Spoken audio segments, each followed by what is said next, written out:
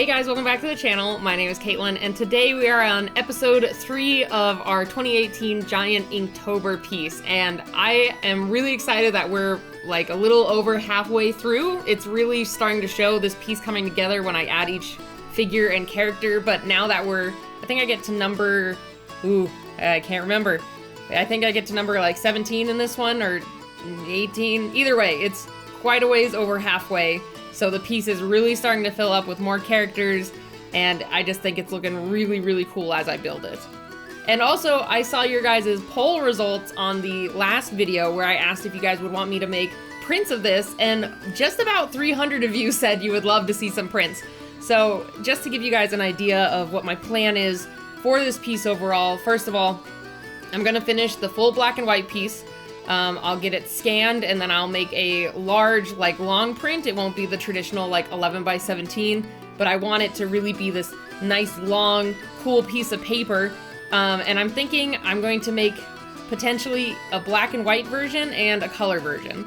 The color version, what I was thinking about doing is bringing this into Photoshop and doing just kind of like a multiply layer of color to just add some color to it. I don't know if I want to do like a full, really intense full color illustration, like with effects and all that. I kind of want it to still have a traditional, very minimalist painterly look. I don't know really how to describe it, but imagine like if you had a wall scroll, or like a Japanese wall scroll painting, or like a Chinese scroll painting, those type of ones that have like hints of color or splashes of it here and there, and have like the ink wash and shading. That's kind of how I'm imagining coloring this in the end.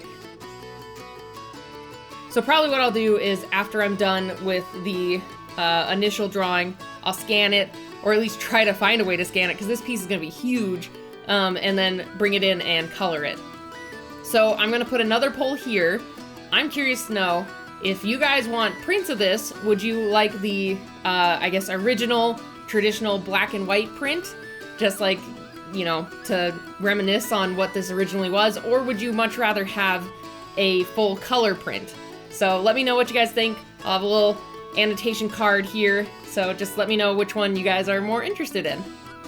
And then a second poll, actually, I'm just flooding you guys with polls today. If I was to color this, would you guys like to see a video of that? Because I know that I've already spent a whole month on this Inktober piece, so I just wanted to see what you guys thought, if you would like one more video of me wrapping up and coloring this overall. So let me know what you guys think. I'd love to see what you guys think on what I should make and what you guys want to see in the print.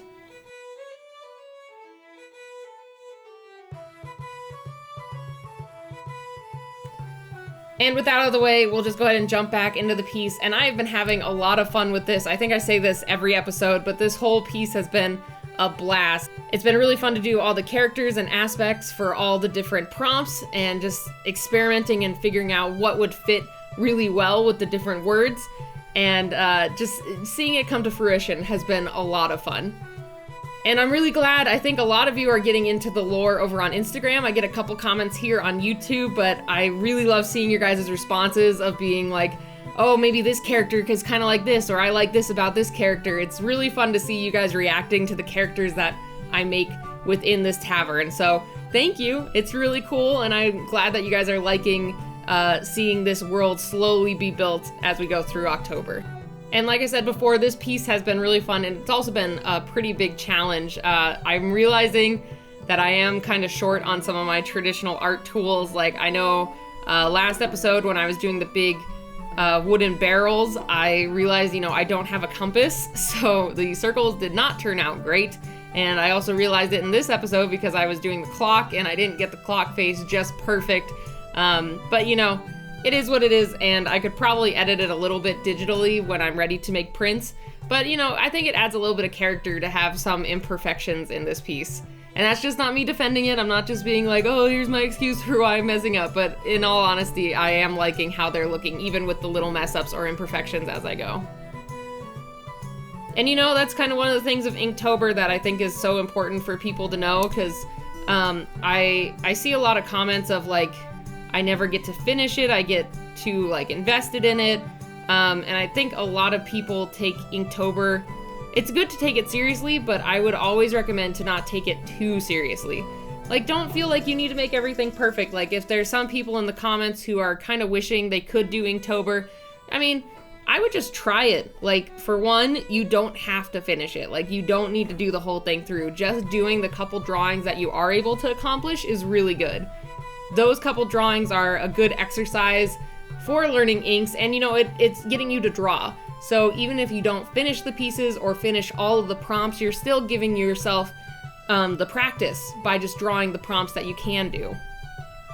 And so with that, I would encourage everyone in the comments, like, whether you are an experienced artist or a beginner or can only do a couple of pieces or anything like that, just try out Inktober one of these years. It's really fun, and it's cool to see how your pieces compare to others and how they interpreted the prompt differently than you, and I just really recommend it.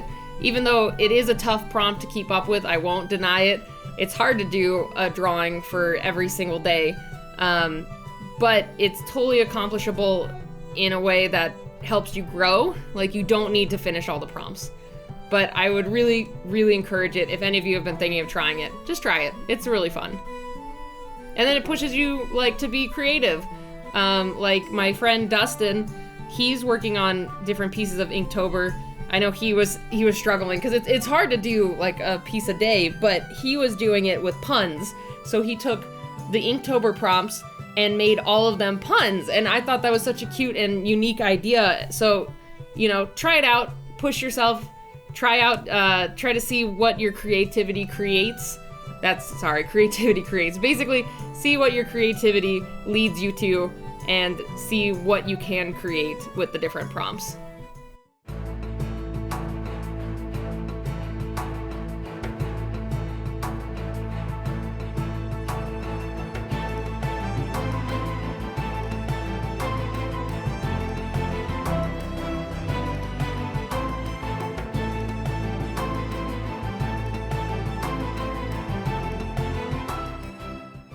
So maybe I should probably actually jump into the piece now, because I haven't really talked about it much, but now that we're done with the line art, I can jump in and tell you guys kind of about the characters and where I drew inspiration from them, or what my thought process was on their background and backstory, and I'll give you guys some insight on what I created this time.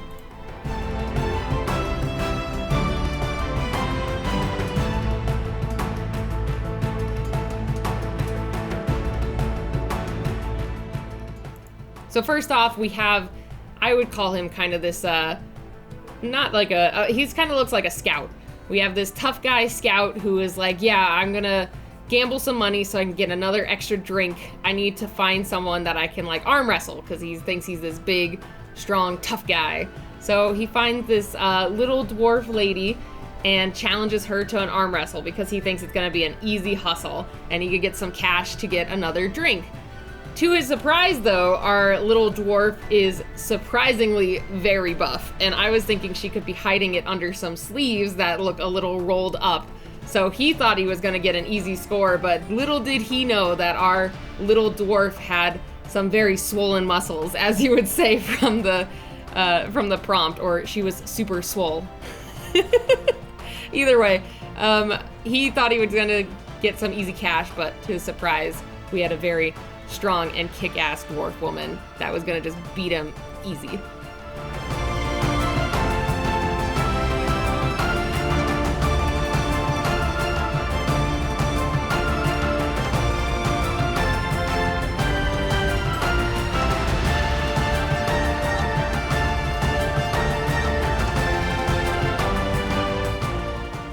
And then next up we have our golem, who I think would be a really fun drinking buddy, but I think he could drink you under the table easy. But this guy was really fun, and when I posted it on Instagram, a lot of people responded saying it looked like the Clash of Clans golem, and I actually haven't played Clash of Clans in years, so I bet you money it just was like in the back of my brain, or when I was looking through reference of golems that I just kind of latched onto it. So if it is like it, I didn't for sure mean to like take 100% inspiration from it, but you know, it just happened. I was looking through a lot of pictures of golems when I was planning this guy out, and probably some aspects of it got drug into this guy's design.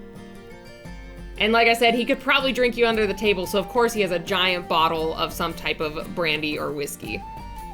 And then for Scorched, I thought it'd be cool to have like a little fireplace. It's probably not in use right now. I don't know what time of the year or season it would be, but for now it's not being used, but I'm assuming it would be used quite a bit during winter months and other times of the year, so it would be very overused and scorched. But don't worry, I know I just jumped to this guy, but it will be finished soon. I wanted to draw the characters in front before I finished coloring it, so then I didn't accidentally bump into them. And then our assassin here is pretty guarded. Who knows what he's seen on the road, but he's had his loyal whale dog to accompany him. And I just want to give a shout out. I forgot whose username it was, but I'll try to find it and put it right here. Last episode, I was trying to figure out what the whale dog would eat, and someone said that it could be krill dog food. It's kind of like how a lot of dog food in, I guess, the real world is made from like salmon or all these fancy ingredients, but you could probably get krill and like make it into like dog food. And I'm like, that sounds like an adorable idea. So we're gonna just say that's what he eats, because, you know, I don't know how he'd get krill any other way, except if this guy took him to the ocean and then the whale dog just went and swam and ate, but that's not really a reliable way to keep your dog fed if you had to go to the sea every time. So there has to be some travel alternative for this whale dog. And then, yeah, you know, the assassin that I was just talking about. He was an interesting one to do. I tried to experiment with his outfit a little bit and give him something different, and I kind of like it. I'm kind of digging the tie-offs at the knees and kind of giving him some different segmentation in his outfit. And then with the clock, I had a lot of fun with this one. I was trying to give it some ornate features that would kind of match the bar, like having the Wyvern's Tivern or anything like the thought process behind that to add to the clock. I don't know if that sentence made sense, but I just was like, oh, I should put a dragon on it and kind of add dragon aspects to it. So that's what I did. I made it kind of a dragonish clock. And with that, we are done with this episode. I'm sorry I don't have a pan over for you guys. My footage actually got corrupted, and I'm already into drawing the next couple days for Inktober. So if I panned over, you'd be seeing all the new stuff. So I apologize, but either way, you guys will see the new pan over next episode. So thanks again, guys, so much for stopping by and checking out this video. And if you aren't already, you can go ahead and hit that subscribe button. I have new videos every week, and I'm so glad you guys are enjoying Inktober. So thank you again for stopping by, and I'll see you guys next time. Bye, everybody.